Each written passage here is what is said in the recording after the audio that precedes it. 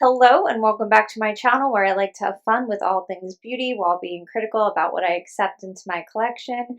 Today is a Sephora wish list video. So I'm just going to go over everything that's sitting on my Sephora wish list before the sale, which starts on the 4th of April. So it's almost exactly a week away. Or I should say it starts on the 4th for Rouge members. So that's 20% off. And then it starts on the 8th for everybody else. That is only between 10 and 15% off. And I genuinely don't think that that's a great deal. I don't think 20% off is a great deal, but it does come in handy for some products.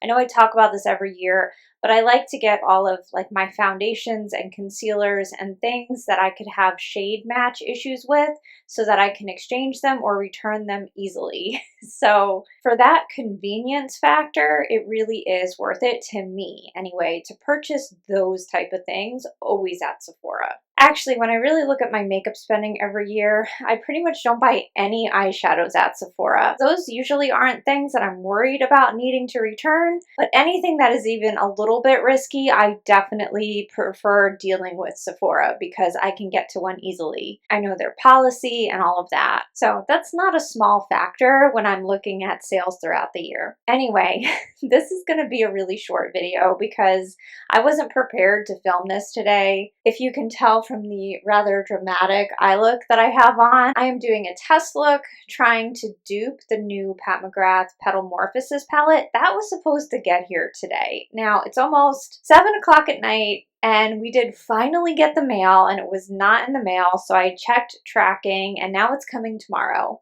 It is still stuck in New Jersey, so I'm a little bit nervous that it's not even going to get here tomorrow. But we'll see. I'm hoping for the best because I was anxious to try to get a review up early of that. Next week, I have a Sephora video plan where I'm just going to go through all of my holy grails. But in this video, I just sort of wanted to comment on my wish list and how incredibly sparse it is. I think for the first time in the past, 5 years, I want almost nothing. It's kind of crazy. I mean, I'm gonna pick up some repurchases like my NARS Light Reflecting Foundation, but I'm actually good on concealer, so I can wait until the fall to re-up on that. The only thing actually on my wish list is the Westman Atelier, the Baby Cheeks and Face Trace Sculpting Powder Duo. I have it in the color Petal and Biscuit. I love those shades so much and their stick formula that I did really want to try this. Although I will say it's $75, and yes, it's Westman Atelier, but even with the sale, it's still $60. So do I need a powder blush? Like a hole in the head? Do I need a powder bronzer? I really don't. So I don't need either of these things. But what makes this justifiable is if it really is the only thing that I get, then I think it's okay. I think I'll let myself have that. But if I start getting all kinds of crazy and adding things like the YSL blush and these other things that are like kind of interesting, but only because other people want them, I kind of let myself get talked into it.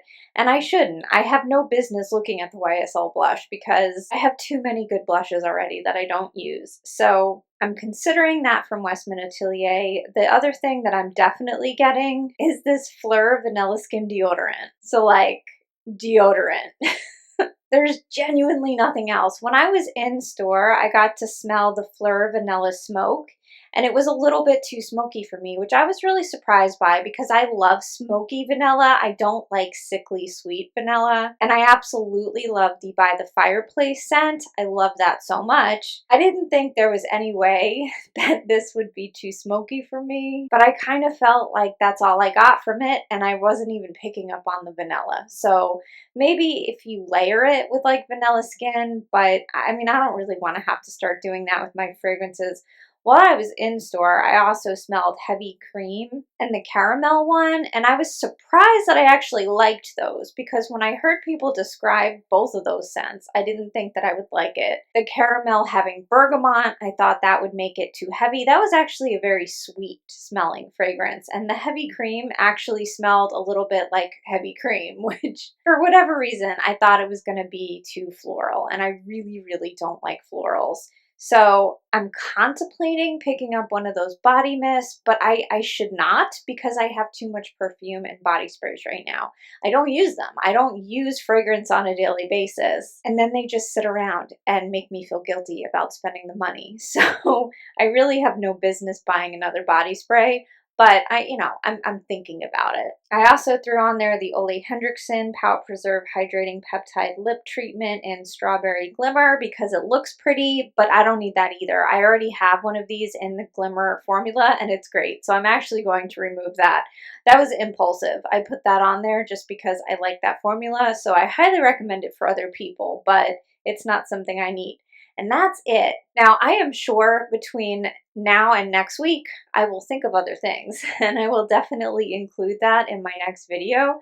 But the first round of what is on my wish list without me adding anything for the sale, that's usually a good test because I don't shop at Sephora the rest of the year. Genuinely, fall and spring, that's it, mostly in the fall. My spring haul is usually a lot less, but it's still significant. I have a feeling that's going to change this year. But regardless, the things that I accumulate on that list during the year organically, not shopping for a sale, those are the things usually that I really want.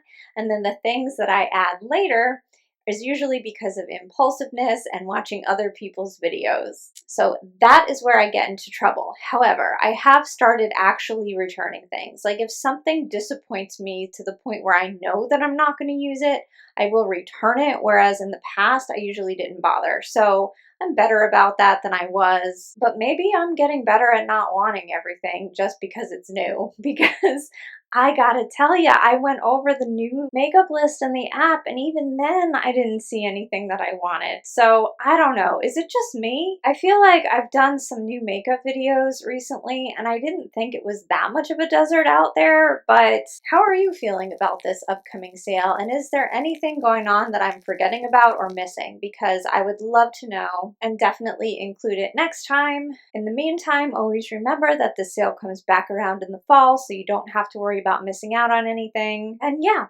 hopefully I'll see you in a Pat McGrath review video coming soon. I have a lot to say about this new palette and about my experience buying it, the formula stuff, everything that's going on about that. It's been kind of a lot with that release. But anyway, we also have the sale to look forward to. So I hope that you're having a fabulous day or night wherever you are. I hope that you're taking care of yourself. I love you so much, and I'll see you in the next one. Bye-bye.